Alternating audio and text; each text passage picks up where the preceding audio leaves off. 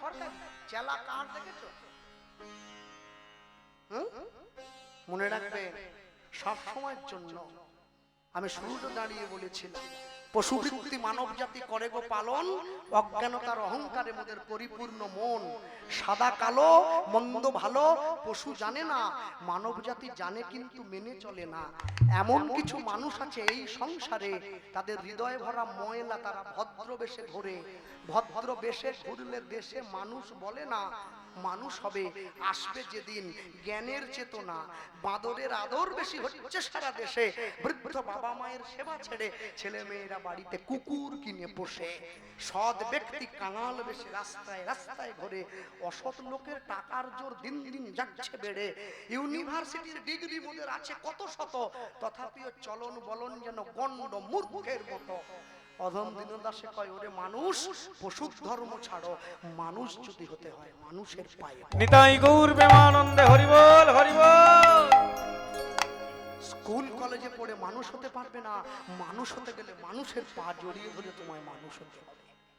মনে রাখবে সব সময় এই পৃথিবীর মাটিতে দাঁড়িয়ে যারা প্রকৃত মানুষের মতো মানুষ হয়েছে, তাহলে তারা মানুষের সঙ্গ করেছে।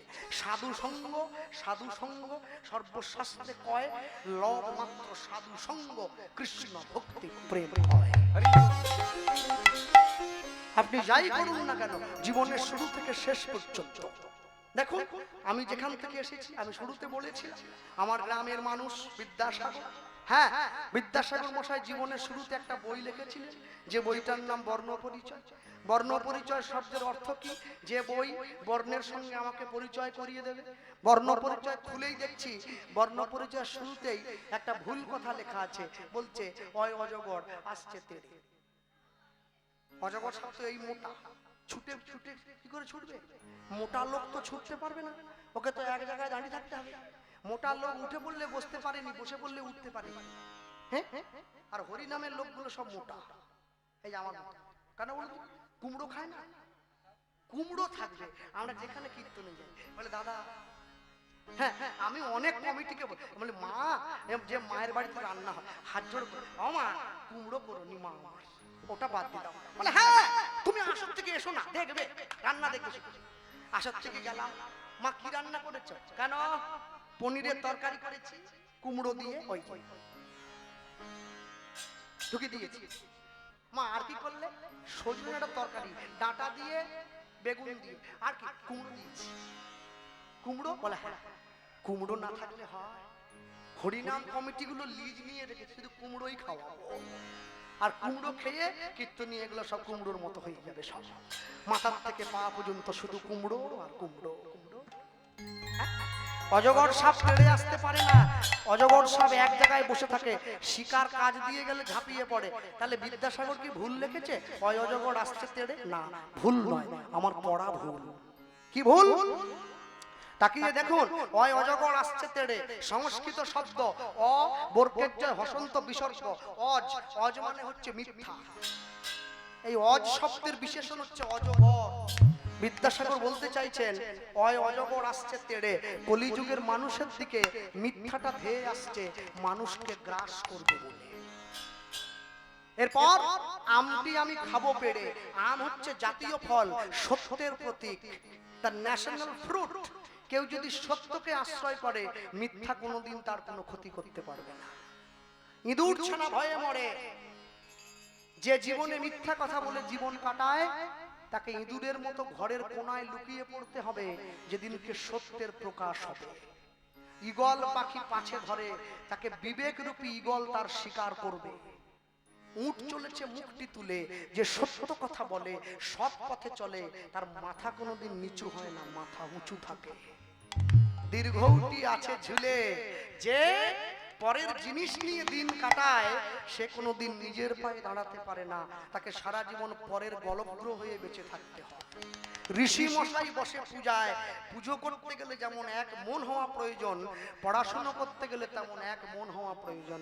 ছাত্রানাং অধ্যয়নাং তপ। এরপর লিকার যেন ডিগবাজি খায়, যার জীবনে কোনো লক্ষ্য নেই, একবার বলে ডাক্তার হব, একবার বলে মাস্টার হব, একবার বলে উকিল হব, সে লাস্টে জালাবেড়িয়া শশী মণ্ডলের হাটে গিয়ে টোটো নিয়ে টোটো কোম্পানির ম্যানেজার হয়। হরি বল।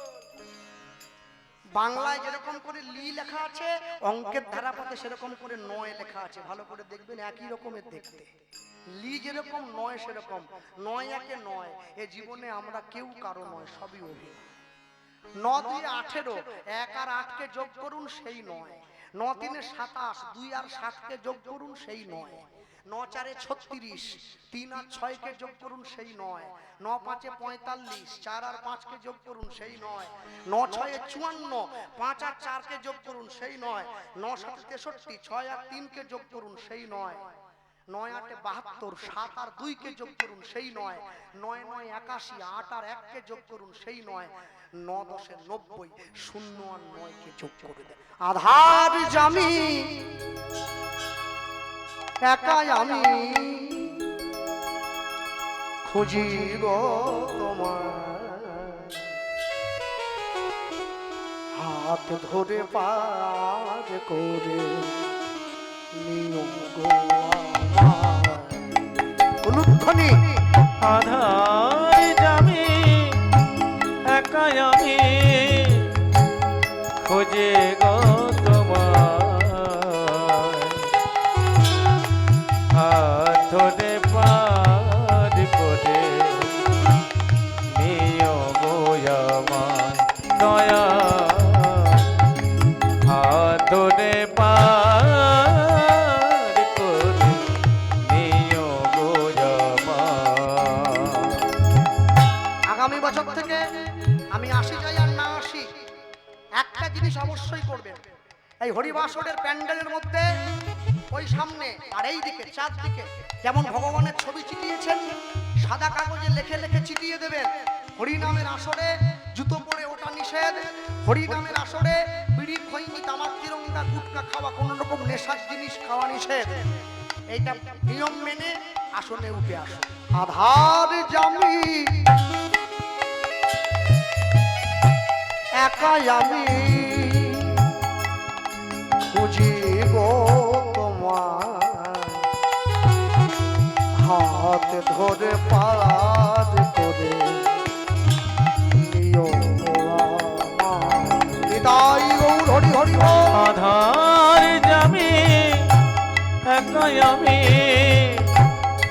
খোঁজে গো তোমার, হাত ধরে পার করে নিও গো আমার দয়া, হাত ধরে পার করে নিও গো আমার। রাধা রমন মদন মোহ ও গিরিধারী,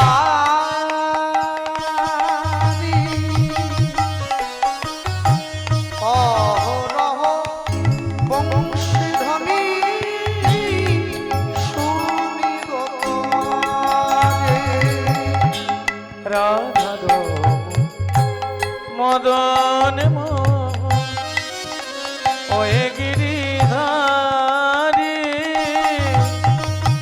অহরহ বংশীধ্বনি শুনি গো তোমারে। আচ্ছা, আপনারা যারা ভক্তি জগতে আছেন, ভক্তি পথে আছেন, সকলে জানেন ভগবান 3 রকমের বাঁশি বাজাতো। একটা বাঁশি, একটা বেনু, একটা মুরলি। যিনি গানটা লিখেছেন তিনি মুরলি বা বেনু না বলে বংশী বললেন কেন? তার বিচার কত বড় দেখুন। তিনি বলতে চাইছেন মুরলি কারা শুনবে? যারা ভগবানের সখী হবে। বেনু কারা শুনবে? যারা ভগবানের গাভী হবে। বংশী কারা শুনবে? যে ভগবানকে ভালোবাসে সেও শুনবে, যে ভগবানকে ভালোবাসে না সেও শুনবে। রাধা রমন মদন ও গিরিধারী, অহরহ বংশীধ্বনি শুনিব তোমারে। রাধা মদন মোহন ওহে গিরিধারী,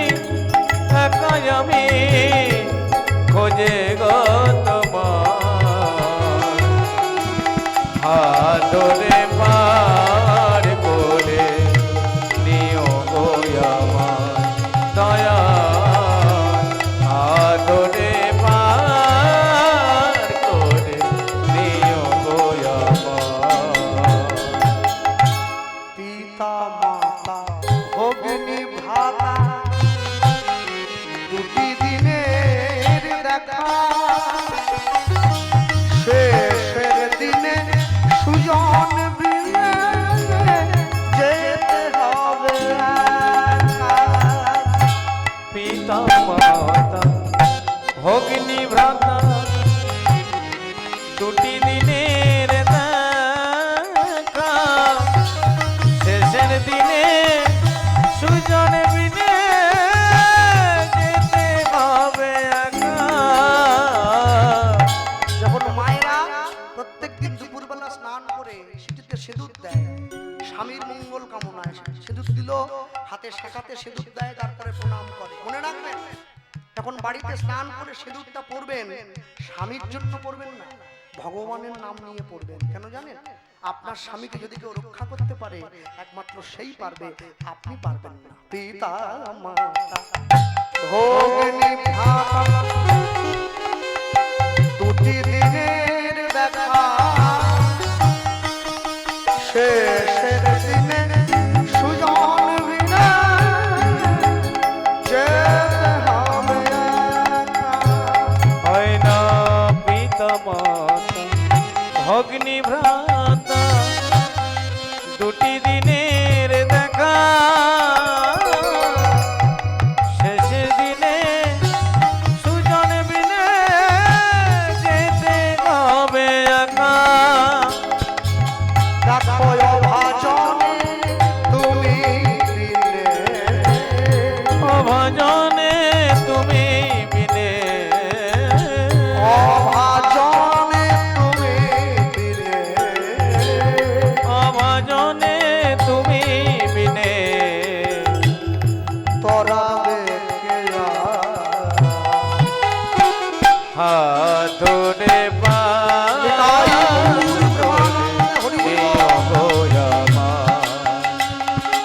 আধার জামি একাই আমি খোঁজে গো তোমার হাত ধরে পায় করে নিও গো আমার দয়া হাত ধরে পার করে নিও দয়া আমার। একটু একটু করে ছেলেটা মায়ের কোলে শুয়ে পড়াশোনা করছে, বড় হলো। আজকে বয়স কত? 15 বছর বয়স হয়ে গেছে। মাকে গিয়ে বলছে, মা বাড়ির জালগুলো আমায় দেবে একটু, জালটা। মা বলে, জাল নিয়ে কি করবি? বলে, যাবো নদীতে জাল ফেলার জন্য। যেই বলেছে সঙ্গে সঙ্গে মা বলতে, যাবি কিন্তু বাবা বেশি দূর যাস না। বাঁকুড়া জেলায় ঢুকতে গেলে একটা নদী পড়ে, যার নাম বাঁকা নদী।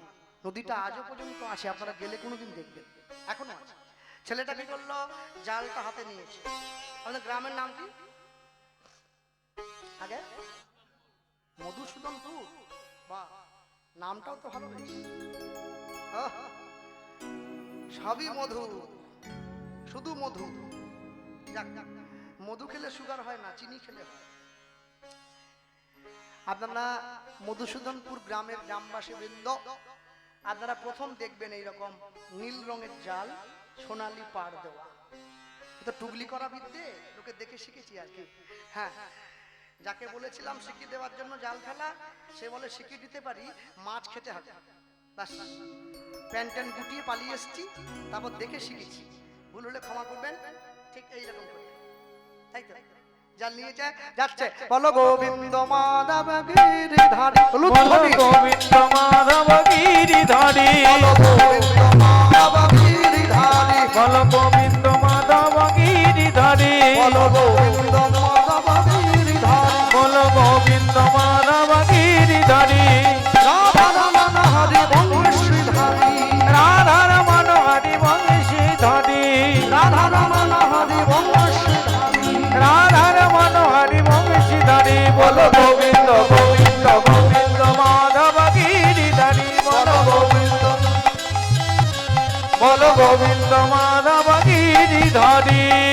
নদীর পাড়ে দাঁড়িয়ে শ্রী গুরু নিতাই গৌর প্রেমানন্দে হরি বল, নিতাই গৌর প্রেমানন্দে হরি হরি বল। জাল ফেলে দিয়েছি। যে মাছের উপরে জাল পড়েছে বুঝতেই পারছেন আপনারা, এই মাছ এই জালে পড়ার কথা নয়। 84 কিলো 700। পাঙস পাঙস। আমরা হরিনাম করি তো, বুঝলেন? রাস্তায় চোর ধরলে ওকে নামিয়ে যায়। চোর বলে আমার থেকে বড় চোর তো এই গাড়িতে বসে আছে। এক জায়গায় কীর্তন করতে গিয়ে রাত্রেবেলা খেতে গেছি, সব খাবার টক হয়ে গেছে, সবাই তো ঘুরে চলে এলো, ও দেখি আসেনি, বসে আছে। ও সবার লাস্টে এসছে, ওর নাম বলাই। আমি, দাদা কি গো, খাবার সব টক হয়ে গেছে, তুমি কোথা ছিলে?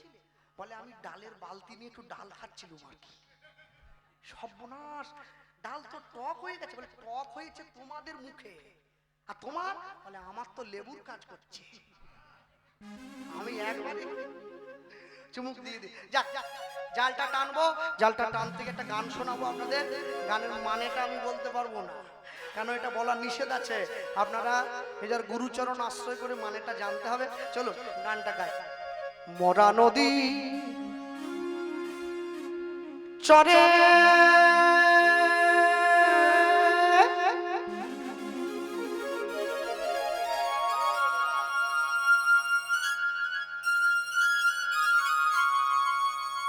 সাপের মাথায় ব্যাঙের নাচন, ময়ূর কেমনে নাচে রে, কি অপরূপ দেখলাম নয়।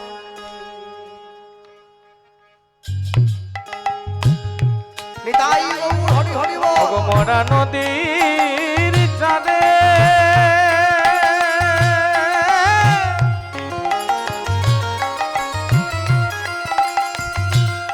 সাপের মাথায় ব্যাঙের নাচন, ময়ূর কেমনে দেখে রে, কি অপরূপ দেখলাম নয়নে, কি অপরূপ দেখলাম নয়নে, কি অপরূপ দেখলাম নয়নে। চোর গেল চুরি করতে, মালিক পড়লো ধরা,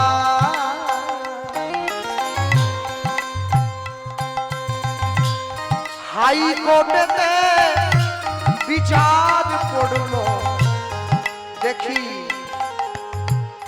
হাকিম তিনজন মরা রে, কি অপরূপ দেখলাম নয়নে,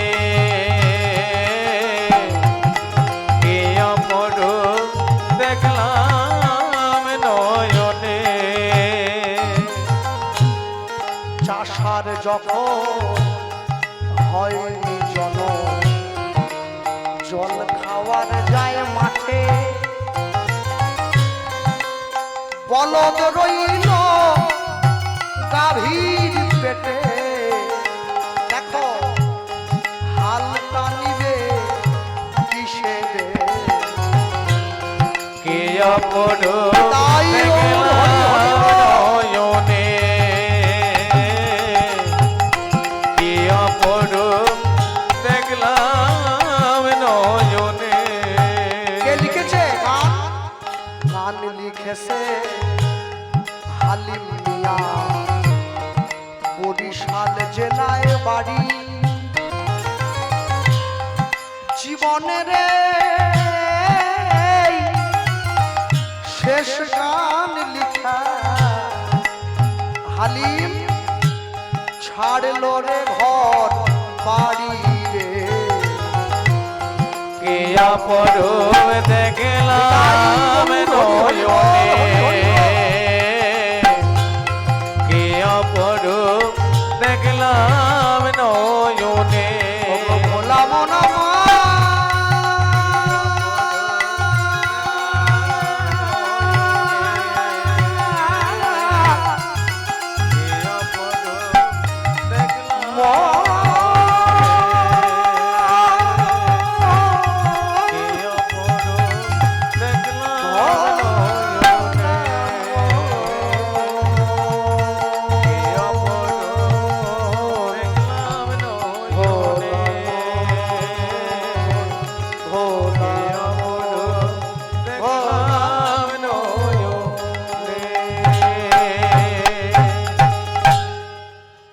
প্রথমবারেতে জাল জলেতে ফেলিল, জলেতে ফেলিল, চন্দন মাখা তুলসী পত্র জালেতে উঠিল। জলেতে উঠিল। হ্যাঁ, আমার গুরুদেব বলতেন, জানিস কৃষ্ণ, মানুষ তুলসী গাছে জল দেয় না, বেগুন গাছে জল দেয়। কেন?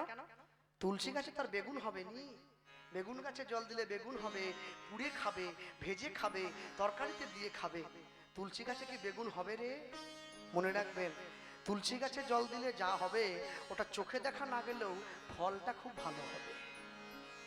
হ্যাঁ, ভক্তমণ্ডলী, ভক্তিমতী মায়া, সাপে যদি এইখানে কাটে এখানে বাঁধ দেওয়া হয়, পায়ে কাটলে একটু উপরে বাঁধা দেওয়া যায়। কি সাপ যদি কপালে কাটে কোথা বাঁধবে? গলা? তো রুগী এমনি মরে যাবে। টেসে দিলে রুগী ফেসে যাবে। হ্যাঁ, বলে সাপ কেটেছে মাথায়, তাগা বাঁধবো কোথায়? মনে রাখবে, মানুষের জীবনে দুর্ভাগ্যরূপী সাপটা ঠিক কপালের এই জায়গাতে কেটেছে। কেন? লোকে বলে আমাদের নাকে কাজ না নিঃশ্বাসে কাজ। এ বাজে কথা। নাকে যদি কাজ নয়, নিঃশ্বাসে যদি কাজ, নাকটা এইখানে না দিয়ে তো এইখানে দিলে হতো। কি নিঃশ্বাস চললেই তো হতো, এইখানে কি জন্য এখানে দিলে হতো না? এই কপালের নিচে কেন বলুন? কপালটা পুড়ে গেলে যাতে আগে নাকে গন্ধ লাগে, তাই কপালের নিচেই নাক।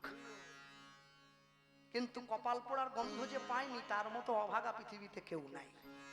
মনে রাখবে, পৃথিবীর মাটিতে দাঁড়িয়ে মানুষ সর্বক্ষেত্রে সর্বসময় আপনি যাই করুন না কেন, রামকৃষ্ণ পরমহংসদেব বললেন, আমি যতদিন বাঁচি ততদিন শিখি।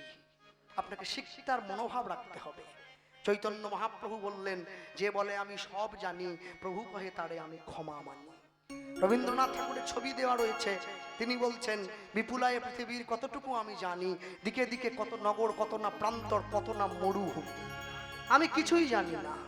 হ্যাঁ হ্যাঁ, ভক্তমণ্ডলী, ভক্তিমতী মায়ের সবসময় মনে রাখবেন, পৃথিবীতে তুমি যাকে নিয়ে এত চিন্তা করছো, যাকে এত ভালোবাসো, যাকে এত আঁকড়ে ধরেছো, সে কি তোমায় ভালোবাসে? বাসে না। হ্যাঁ, শরৎচন্দ্র চট্টোপাধ্যায়ের কথাই যদি বলি, তুমি যে ভালোবাসা সংসারকে বেসেছ, সেই ভালোবাসার 10 ভাগের 1 ভাগ যদি গোবিন্দকে বাঁচতে পারতে, ভগবান তোমার ঘরে এসে দাঁড়াতো। তাই আমি কবির ভাষায় বলবো, তুমি যার জন্য মর ভেবে, ভাবো সে কি তোমার সঙ্গে যাবে। তুমি যার জন্য মর ভেবে, সে কি তোমার সঙ্গে যাবে। তুমি যার জন্য মর ভেবে, মা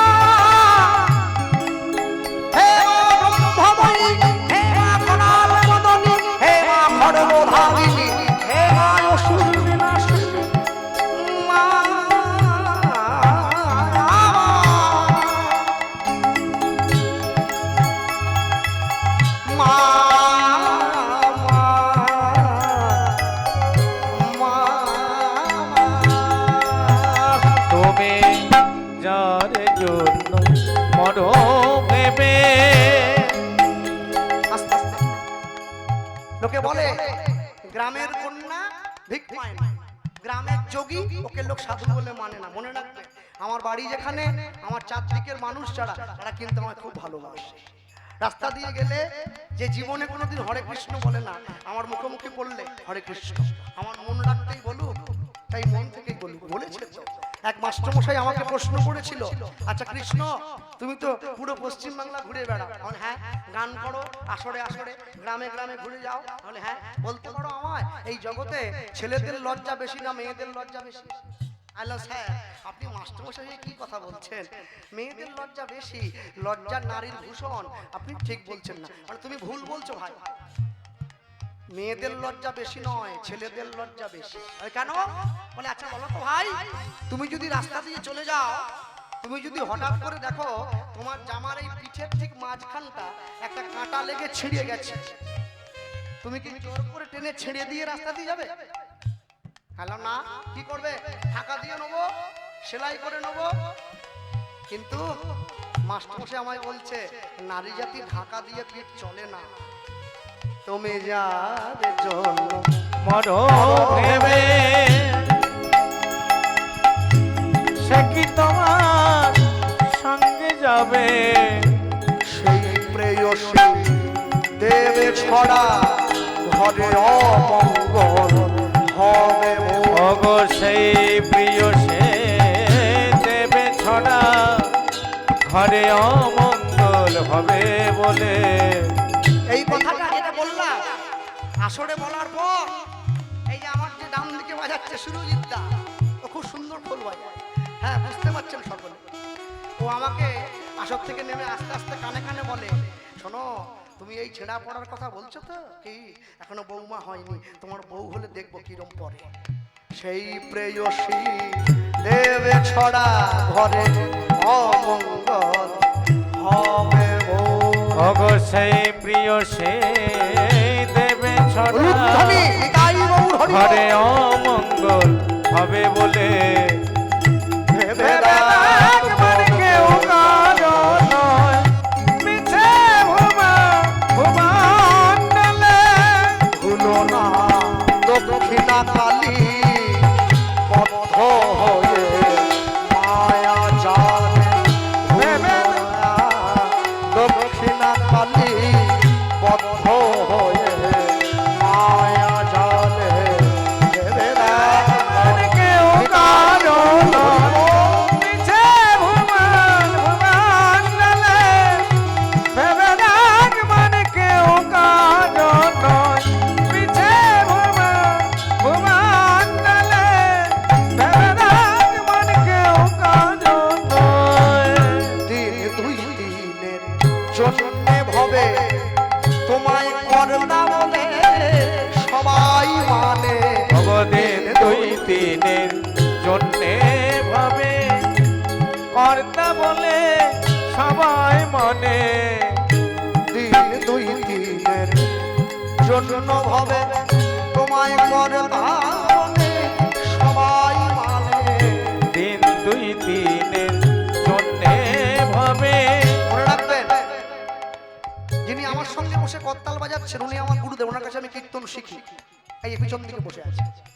কীর্তন জগতে যারা দীর্ঘদিন ধরে ওনাকে দেখছেন তারা জানেন উনি শুধু আমার গুরুদেব নয়, এই সারা বাংলার যিনি মহিলা কীর্তন সম্রাজ্ঞী মাননীয়া শ্রীমতী চৈতালি চট্টরাজ মহাশয়, উনি তারও গুরুদেব। তাকে 15 বছর রেখে কীর্তন শিখিয়েছেন বাড়িতে। উনি আমায় একটা কথা বলতেন, বলে জানো গোপাল, মনে রেখো কীর্তনকে শুধু পেশা হিসাবে নেবে না, মাঝে মাঝে নেশা হিসাবেও নেবে। দিন দুই তিনের জন্যে ভাবে তোমায় তা বলে সবাই মানে। সেই কর্তারে দেবে ফেলে আলা কালে কর্তায়। ওগো সেই কর্তারে দেবে ফেলে কালে কর্তা এলে। ভেবে রাখ মন কেউ কারো নয়, পিছে ভুবন ভেবে রাখ মানে কেউ কারো নয়। ভুলো না দক্ষিণা কালী বদ্ধ হয়ে মায়া জাল। ভুলো না দক্ষিণা কালী বদ্ধ হয়ে মায়া জালে। ভেবে রাখ মানে কেউ তাই কারো হরি হরি বল। পিছে ভুবন ভেবে রাখ মানে কেউ কারো নয়। প্রথমবারেতে জাল জলেতে ফেলিল, জলেতে ফেলিল চন্দন মাকা তুলসী পত্র জালেতে উঠিল। জলেতে উঠিল দ্বিতীয়বারেতে জাল জলেতে ফেলিল, জলেতে ফেলিল শঙ্খ ঘণ্টা পঞ্চ প্রদীপ জালেতে উঠিল। জলেতে উঠিল তৃতীয়বারেতে জাল জলেতে ফেলিল, জলেতে ফেলিল চার খণ্ড ইটের টুকরো জালেতে উঠিল। জালেতে উঠিল। তিনবারের বার জাল ফেলে 4টে ইটের টুকরো পেয়েছে, শ্যাওলা পড়ে গেছে। বাড়িতে গিয়ে বাবাকে বলছে, বাবা ইটের টুকরোগুলো ভালো করে ধুয়ে একটা তুলসী মঞ্চ বানিয়ে দাও, আমি প্রত্যেকদিন তুলসীতে জল দেবো। বাবা সেই তুলসী মঞ্চ বানাবে বলে ইটের টুকরোগুলো নিয়ে গিয়ে যেই পুকুরের জলে ধোয়ার জন্য ঘষা দিয়েছে, তাকিয়ে দেখছে এগুলো একটা ইটের টুকরো না, একটা সোনার টুকরো পেয়েছে আমার ছেলে। ওই যে ভগবান কথা দিয়েছিল তোমার ছেলে রাজা হবে, সেই স্বর্ণখণ্ড একটু একটু করে ভেঙে বাজারে বিক্রি করে বাঁকুড়া জেলায় তৈরি হলো মদন মোহনের মন্দির। গোপাল সিংহ রাজা হলো, কিন্তু মন্দির হলো, মন্দিরে ভগবান কোথায়? ভগবান না হলে তো মন্দির সম্পূর্ণ হবে না। মনে রাখবেন, মন্দিরে যেমন ভগবানকে প্রয়োজন, প্রত্যেকটি বাড়ির ভগবান হচ্ছে বাবা মা। বাবা মা যদি সংসারে অবহেলিত হয়, দুঃখ পায়, কষ্ট পায়, সে সংসারে ভগবান থাকে না। যতই যাও না মন্দির মসজিদ, যতই যাও না তীর্থস্থান, বাবা মাকে না বাসিলে ভালো, পাবে না কোনোদিন ভগবান। তুমি যাই করো, পিতা মাতাকে শ্রদ্ধা করবে। মনে রাখবেন, দুর্গা পুজো হয়ে গেল কদিন আগে, মানুষে ভিড় করে পুজো দেখতে গেল। আমি সপ্তমীর থেকে আমাদের কীর্তন চালু হয়েছে। আমি পুজোর কটা দিন যেখানে যেখানে কীর্তন করতে গেছি, আমি প্রত্যেকটা আসরে দাঁড়িয়ে একটা কথাই বলেছিলাম, দুর্গা পুজো করি কেন? আমাদের দুর্গতি নাশ হওয়ার জন্য। তাই তো লোক বাড়ি থেকে বেরোবার সময় মায়েরা বলে দুর্গা দুর্গা, এর দুর্গতি না আসে। আমাদের জীবনের দুর্গতি তখনই নাশ হবে যখন বৃদ্ধাশ্রম বন্ধ হবে, যখন অনাথাশ্রম বন্ধ হবে, যখন স্টেজে দাঁড়িয়ে ট্রাফিক সিগন্যালে দাঁড়িয়ে বৃদ্ধ পিতামাতা হাত পেতে ভিক্ষা না করবে, যখন বাবা মা বুড়ো হয়ে গেছে বলে ছেলে মেয়ে বাবা মাকে পথের মাঝে অন্ধকারে বসিয়ে পালিয়ে না যাবে, সেদিন বুঝবো দুর্গা পূজা করা আমাদের সার্থক হয়েছে। ভক্তমণ্ডলী, ভক্তিমতী মায়, মনে রাখবেন, আপনারা প্রত্যেকে জানেন হুগলি জেলায় একটা বিখ্যাত ধাম আছে, বাবার ধাম, যাকে তারকেশ্বর বলে। মানুষের জল ঢালতে যায়। আমি তারকেশ্বরে কীর্তন করতে গিয়েছিলাম একবার, ভীমপুরের পাশে। আমি কীর্তনে গিয়ে দেখছি কতগুলো ছেলে কাঁধে বাঁক নিয়ে চিৎকার করতে করতে বলতে বলতে যাচ্ছে, ভোলে বাবা পার করেগা, ভোলে বাবা পার করেগা। কোথায় যে পার করবে, কে যে পার করবে ওরা জানে না, সবাই বলছে, ওরাও বলছে। তো একটা ছেলেকে ডেকে বললাম, ভাই একটু আসতে। হ্যাঁ বলুন, কোথায় যাচ্ছ? ও আমার দিকে তাকিয়ে বলছে, আপনাকে যেন কোথায় দেখেছি মনে হচ্ছে। আমি কোথায়? হ্যাঁ ইউটিউবে দেখেছি। আপনি কীর্তন করেন না? আমি হ্যাঁ। একটা কথা বলবো? বলে বলো। আমি বলছিলাম জলটা কোথা থেকে তুলেছো? বলে শ্যাওড়াপুলির গঙ্গার থেকে। কখন তুলেছো? কালকে সন্ধ্যেবেলা। গোটা রাত ধরে হাঁটছি। কোথায় যাচ্ছ? বাবার মাথায় জল ঢালতে। তোমার নিজের বাবা বেঁচে আছে? বলে হ্যাঁ। কোনোদিন নিজের বাবাকে পুকুর থেকে এক বালতি জল তুলে এনে স্নান করিয়েছো? বলছে না স্যার, ওইটা করানো হয়নি। আমি বলি তুই যাসনি, বাবা তোর জল নিবে নি। যে নিজের বাপকে চান করায়নি, সে যাচ্ছে পাথরের ঠাকুরের মাথায় জল ঢালতে। তো নিজের বাবাকে একটু স্নান করাবি, যা দেখবি জগতের বাবা ভোলে বাবা খুশি হয়েছে। মনে রাখবেন, যে সংসারে পিতা মাতা সুখে থাকে, যে সংসারে সন্তান বাবা মায়ের সেবা করে, সেই সংসারের ছেলে মেয়েরা কোনোদিন দুঃখ পায় না, কোনোদিন কষ্ট পায় না, তারা সুখে থাকে, তারা আনন্দে থাকে। পিতা মাতা যদি সন্তানকে রেগে দুটো কটু কথাও বলে, ওটা সন্তানের জন্য আশীর্বাদ, অভিশাপ নয়। কোনো ভ্যানওয়ালা, কোনো ট্রলিওয়ালা, কোনো টোটোওয়ালা, কোনো ভুসিমাল দোকানদার, কোনো 100 দিনের কাজ করার লোক তার বাবা মাকে বৃদ্ধাশ্রমে পাঠায় না। পাঠায় কারা? শিক্ষিত সমাজ। মাসে 1 লাখ টাকা বেতন পায়, সে তার বাপকে বৃদ্ধাশ্রমে রেখে দিয়ে এসেছে। বড় ব্যবসায়ী, সে তার মাকে ঘরের বাইরে বের করে দিয়েছে। বুঝতে হবে, আমরা শিক্ষিত বটে, আমরা সুশিক্ষিত নয়, আমরা কুশিক্ষিত। যে শিক্ষার ব্যবহার নাই, সেই শিক্ষার মুখে পড়ুক ছাই।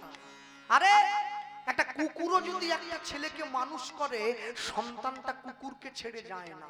তুমি মানুষ হয়ে তোমার বাপ মাকে ঘরের বাইরে বের করে দিলে, ভেবে দেখো আজকে তুমি যা করছো, তোমার জন্য সেই দিনটা ভবিষ্যতে অপেক্ষা করে আছে। একদিনকে তোমাকে এর ফল গুনতে হবে। বাবা বলল, শোন, মন্দির হয়েছে, ভগবান দরকার। যে নদী তোকে মন্দির পাওয়ার ব্যবস্থা করে দিয়েছে, তুই সেই নদীতে আরেকবার জালটা নিয়ে যা। ভগবানকে পেলেও পেয়ে যেতে পারিস যদি কপাল ভালো হয়। এবার পঞ্চম বারেতে জাল জলেতে ফেলিল, জলেতে ফেলিল, এবার জালের মধ্যে মদন মোহন উঠিয়া আসিল, উঠিয়াছিল। সেই মদন মোহনকে কোলের মধ্যে তুলে নিয়েছে। কৃষ্ণ কৃষ্ণ কৃষ্ণ কৃষ্ণ কৃষ্ণ কৃষ্ণ কৃষ্ণ হে হরি হরি বল। কৃষ্ণ কৃষ্ণ কৃষ্ণ কৃষ্ণ কৃষ্ণ হে কৃষ্ণ কৃষ্ণ কৃষ্ণ কৃষ্ণ কৃষ্ণ কৃষ্ণ কৃষ্ণ হে কৃষ্ণ কৃষ্ণ কৃষ্ণ কৃষ্ণ কৃষ্ণ কৃষ্ণ কৃষ্ণ হে কৃষ্ণ কৃষ্ণ কৃষ্ণ কৃষ্ণ কৃষ্ণ কৃষ্ণ কৃষ্ণ হে কৃষ্ণ কৃষ্ণ কৃষ্ণ কৃষ্ণ কৃষ্ণ কৃষ্ণ কৃষ্ণ হে কৃষ্ণ কৃষ্ণ কৃষ্ণ কৃষ্ণ কৃষ্ণ কৃষ্ণ কৃষ্ণ হে কৃষ্ণ কৃষ্ণ কৃষ্ণ কৃষ্ণ কৃষ্ণ কৃষ্ণ কৃষ্ণ হে কৃষ্ণ কৃষ্ণ কৃষ্ণ কৃষ্ণ কৃষ্ণ কৃষ্ণ কৃষ্ণ হে কৃষ্ণ কৃষ্ণ কৃষ্ণ কৃষ্ণ কৃষ্ণ কৃষ্ণ কৃষ্ণ হে হরে কৃষ্ণ করুণা সিন্ধু দীনবন্ধু জগৎপতে গোপেশ গোপিকাকান্ত্য রাধাকান্ত নমস্তুতে নমো ব্রহ্মণ্য দেবায় গো ব্রহ্মণ্য হিতায় চ জগদ্ধিতায় কৃষ্ণায় গোবিন্দায় নমো নমঃ।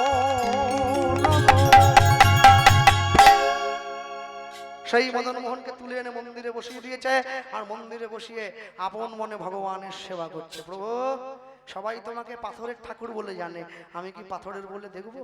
আমি তো পাথরের বলে তোমায় দেখবো না। আমি জানি আমি ডাকে তুমি সাড়া যদি দাও তবে থাকো, না হলে চলে যাও। এই প্রথম পাথরের ঠাকুরের মধ্যে প্রাণের সঞ্চার হলো। এসেছে ভগবান দাঁড়িয়ে পড়ল, গোপাল সিংহ আমি এসেছি, তোমার ডাকে সাড়া দিয়ে আমি এসেছি। ভক্ত মোরে খাওয়াইলে তবে আমি খাই, ভক্ত মোরে না দিলে মই উপবাসে যাই। ভক্ত মোর মাতা পিতা, ভক্ত মোর গুরু, ভক্ত ভালোবেসে আমায় ডাকে বাঞ্ছা কল্পতরু। দাও আমার জন্য আয়োজন কি করেছো দাও। হাতটা বাড়িয়ে দিয়েছে, হাতের মধ্যে প্রসাদ দিচ্ছে। আজ থেকে আমি তোমার ছেলে হয়ে এই সংসারে থাকবো, তুমি হবে আমার বাবা। গোপাল সিংহ পিতা হলো, মদন মোহন সন্তান বেশে ভক্তের ঘরে হয়ে গিয়েছে। ভক্ত ভগবান এক আসনে বসে, দুজন তারা কথা হচ্ছে। আর এই কথা হতে হতে হঠাৎ করে দরজার বাইরে মন্ত্রী এসে দরজা ধাক্কে ডাকলো, মহারাজ দরজা খুলো, শিগগিরই দরজা খুলো, পাশের রাজ্যের রাজা আমাদের রাজ্য আক্রমণ করেছে।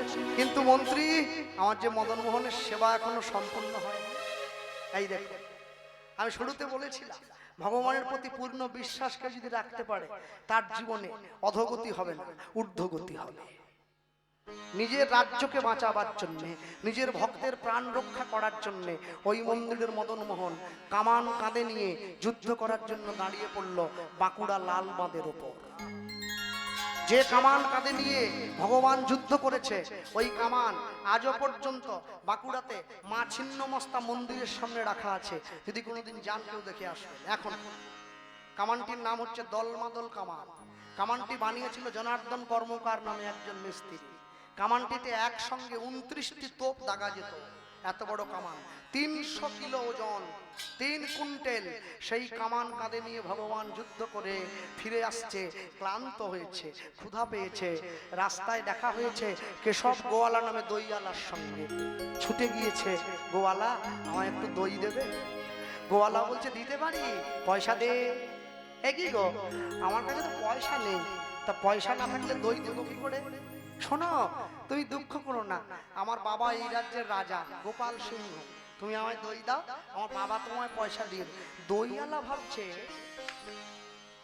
আমাদের রাজ্যের রাজা তো বিয়েই করে, ভকাত করে একটা এত বড় ছেলে কোত্থেকে উদয় হলো আবার। না, রাজাদের ব্যাপার তো বলা যায় না। এরা চতুর্দিকে গাছ লাগিয়ে দিয়েছে, কোন গাছে ফল হয়েছে চতুর্দিকে খাতা খুললে দেনা রয়েই যায়।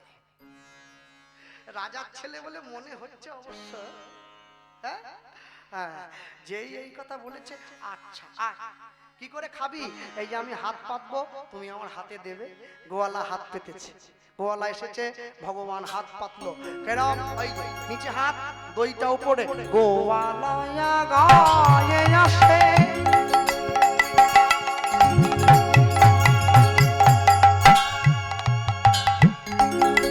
ওগো হাতে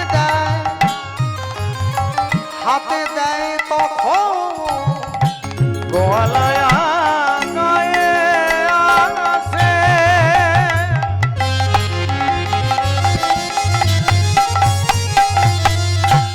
হাতে দেয় মাথা ওগো গোয়ালায়া গায়ে আসে হাতে দেয় তখন গোয়ালায়া গায়ে আসে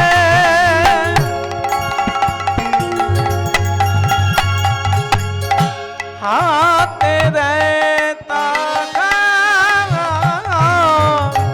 ওগো হাত পেতে দই খাইল প্রায় 2 মন বলি হাত পেতে তাই খাইল প্রায় 2 মাস 1 মন সমান কত কিলো? 40 কিলো। 2 মন মানে 80 কিলো দই কোনো মানুষ খেতে পারে নাকি? তাও গোয়ালা চিনতে পারছে না আমার কাছে কে এসেছে। হাত পেতে দই খাইছে প্রায় 2 মন সে যে হাত পেতে তাই খাইছে প্রায় 2 মাস যারে চিনাতে না গো সে তোমায় চিনিতে না রে যারে চিনাতে না রো সে চিনিতে না রে যারে চিনাতে না গো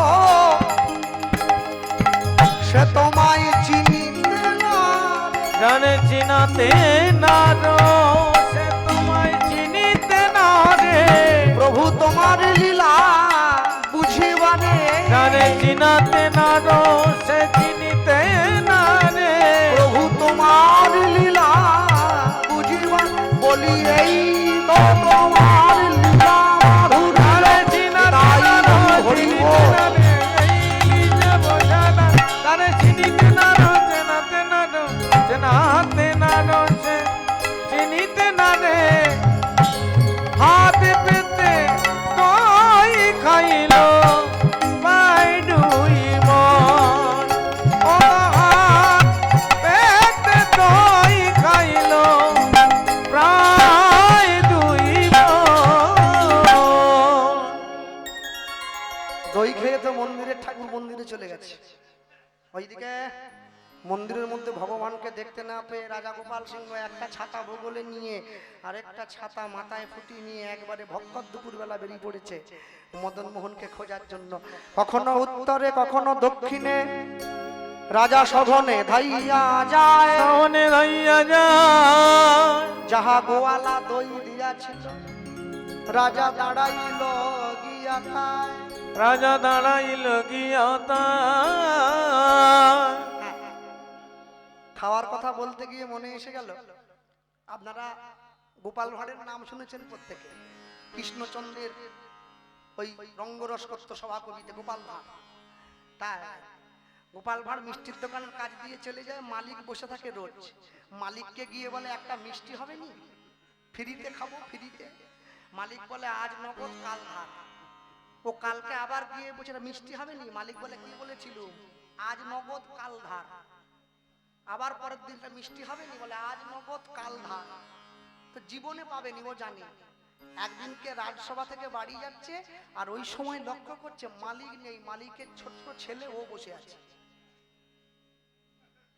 আস্তে আস্তে করে গিয়ে বলছে এই খোকা এই তো বাবা কোথায়? বলে বাবা তো ভেতর ঘরে ভাত খেতে বসেছে। বলে দে এক হাঁড়ি মিষ্টি দে। নিয়ে তো টপ টপ করে খাচ্ছে। সঙ্গে সঙ্গে ওর বাবা ভেতর থেকে ডাক দিয়ে বলছে এই কে রে? ছেলেটা বলছে কি বল বাবা যে ডাকছে। ও গোপাল ভাঁড় শিখিয়ে দিচ্ছে তোর বাপকে গিয়ে বল মাছি এসে মিষ্টি খেয়ে যাচ্ছে। ওর বাবাকে গিয়ে বলছে বাবা মাছি এসে মিষ্টি খেয়ে যাচ্ছে। ওর বাবা বলে খা খা। মাছি আর কি খাবে? গোপাল ভাঁড় বলছে, দেখেছিস তোর বাবা কত ভালোবাসে আমার, দে আরেক হাঁড়ি মিষ্টি দে। ছেলে আবার বলছে, বাবা মাছি কিন্তু সব মিষ্টি খেয়ে গেল। চুপ কর, কাক। মাছি খাচ্ছে, সব ভাঁড় খালি করে ও তো বাড়ি চলে যাচ্ছে জল টল খেয়ে। ওর বাবা বেরিয়ে এসে বলে, কি রে মিষ্টি কোথায়? বলে মাছিতে খেয়ে চলে গেল। বাবা বলছে, মাছিতে এত মিষ্টি খেয়ে গেল? বলে একটা মানুষ মাছি। বলে আগে তো বলবি। বুদ্ধি যদি না থাকে ভাই, তোমার জীবনে সমস্যা পড়ে যেতে হবে বড়। রাজা খুঁজতে বেরিয়ে পড়েছে, কখনো উত্তরে কখনো দক্ষিণে। রাজা সঘনে ধাইয়া যায়, সনে দাইয়া যায়, যাহা গোয়ালা দই দিয়াছিল, দিয়াছিল রাজা মিলিল গিয়া তায়। মিলিল গিয়া তাই। যেখানে বাঘের ভয় দুপুর হয়, সেখানে দুপুর হয়, মানে সন্ধে হয় আর কি।